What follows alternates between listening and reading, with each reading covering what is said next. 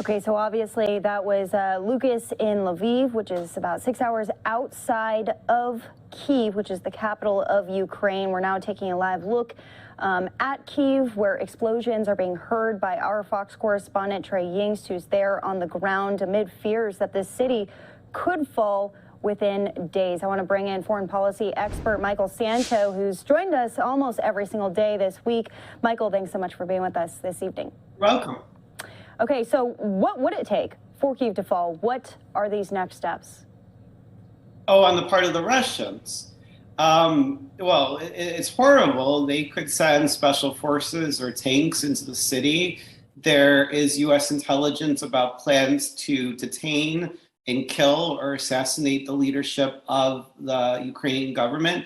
So they can strangle the city, they can bomb the city. The Russian methods are very brutal, and we've seen it in Chechnya, we've seen it in Syria, and there's a lot of use of assassinations and detaining people and torture. They can do it, but you know, Ukraine is putting up a very powerful and heroic fight.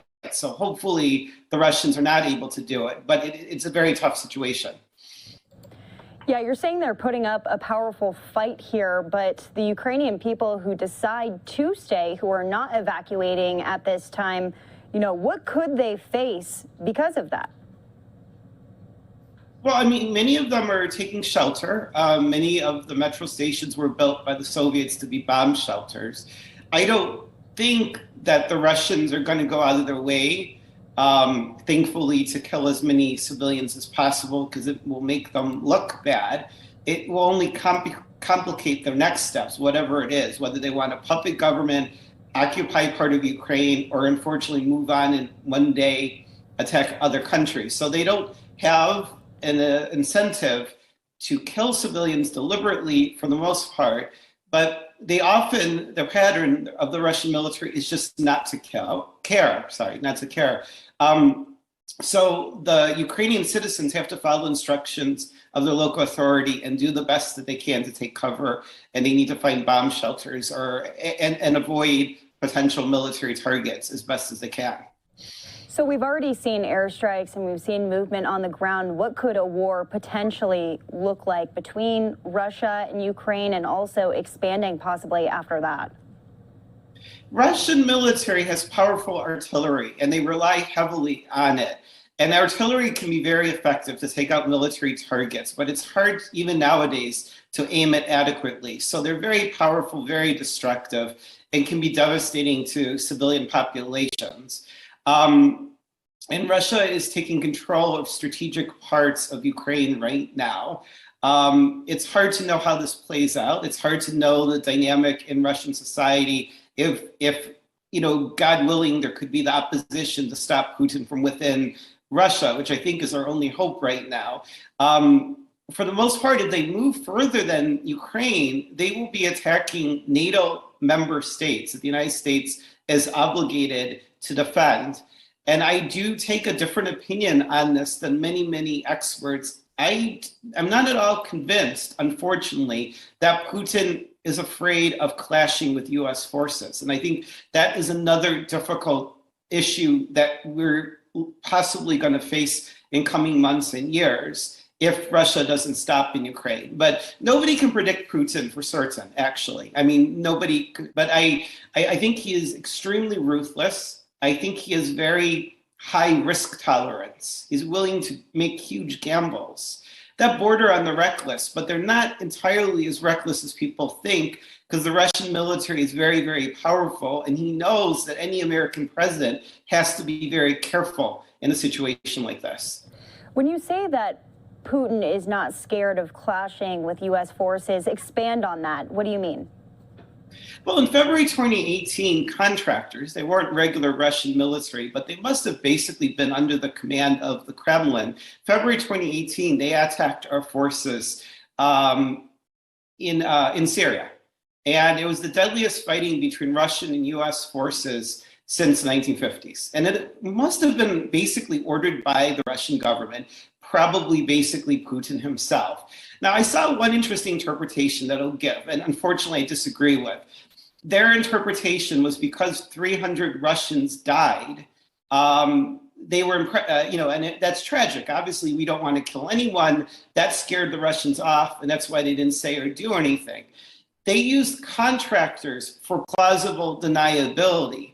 But Putin makes up lies as provocations against not just Ukraine, the United States, and NATO as well. So I believe that if he wanted to take another step against our forces, he would have used it as an excuse. And what worries me is he lost 300 fighting Russian men and he didn't blink. It's not like his behavior improved. So unfortunately, I disagree with the analysis that the fact that the Russians didn't do anything else, that they were backing down. I'm more concerned about the fact there's no sign that that bothered him, because if it did, you would expect not only no further attacks against US forces, but also Russia to start to act a little bit more careful in Syria. And I don't think that's the case. And just the fact that they openly attacked our forces, even though, thank God, no Americans died, and it was overwhelmingly, it was the Russians who died, just the fact that they took that step, that they triggered airstrikes and artillery that resulted in the death of 300 Russian, you could describe them as mercenaries, but they were effectively under the control of the Russian government. And so I don't think we know the limits of Putin, and I think that they're quite higher than people imagine. I don't think he's a madman, but I think he is a chess player, but a very, very evil chess player. Yeah, and everyone is reiterating that right now. Putin doing what he wants to. Heading over to Ukraine, though, Ukrainian President Zelensky saying that he is going to stand by the people of Kyiv and stay in Kyiv right now. He's not retreating. What are your thoughts on that? An absolute hero. He is the hero of the day. I mean, his actions are heroic. I mean, we've seen wartime leaders take these heroic steps not to flee. It completely contrasts, unfortunately, with our Afghan allies. The president was out there of Afghanistan like the first hour of the Taliban threatening Kabul. Heroic, and I feel for him and his family. And I hope to God that he survives this, because it seems as if the Russians might try to kill him. And I hope to God, and we need to protect him every way, and we need to respect what he's doing for the Ukrainian people and never forget heroes like this. Michael, last question for you. Going into, for us, the rest of the evening here, and for them, early morning hours, could we see additional airstrikes? Do you think that is going to be the major offensive from Russia, or what do you think the focus is going to be as far as military? We're going to see a lot of airstrikes by planes. We're going to see a lot of missile strikes, most of them probably cruise missiles, some of them ballistic. And we're going to see the heavy use of artillery. And we're going to see tanks going into various places. And where they can't send in the armor, they will send in their special forces. Because special forces, of course, are trained to operate in small units and kind of sneak into places,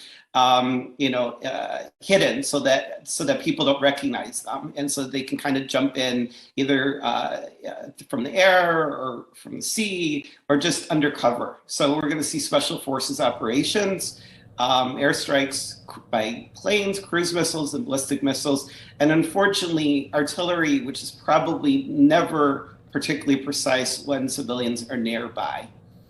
And once again, 137 people confirmed dead, over 300 wounded in Ukraine on this first day of invasion. Michael Santo, thank you so much for being with us here on the show. We appreciate it. You're very welcome.